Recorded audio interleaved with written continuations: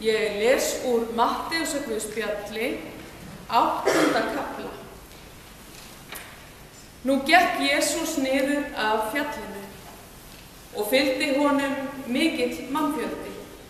Þá kom til hans líkþrár maður, laut honum og sagði: Drottinn, ef þú vilt, getur þú læknað mig.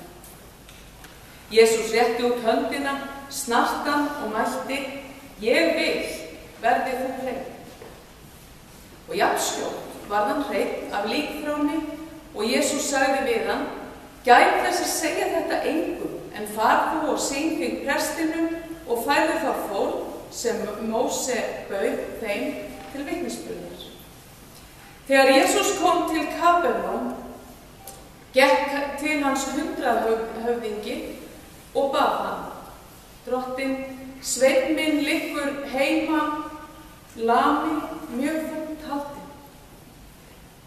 Jesús sagði: Ég kem og lækna. Þá sagði 100 höfðinginn: Drottinn, ég ekki verður þess að þú gangir inn undir þak mitt. Mæl þú aðeins eitt orð og mun sveinn minn heill verða. Því að sjálfur ég maður sem verða að lúta valdi og ræði við hermönnum og segi við einn: Far þú og hann fer, og við annan: Kom þú og hann kemur.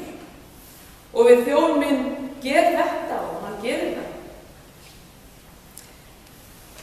Þegar Jesús heyrði þetta, undraðist hann og mælti við þau sem fylgdu honum: Sannarlega segi ég ykkur, þvílíka trú hef ég ekki fundið hjá neinum í Ísrael.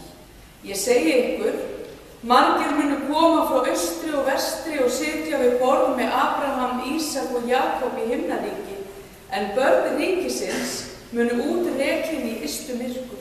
Þar verður grátur og gnístand hamar. Þá sagði Jesús við 100 höfðingjann: Far þú og verð þér sem þér trúið. Og sveinninn varð heill á þeirri stundu.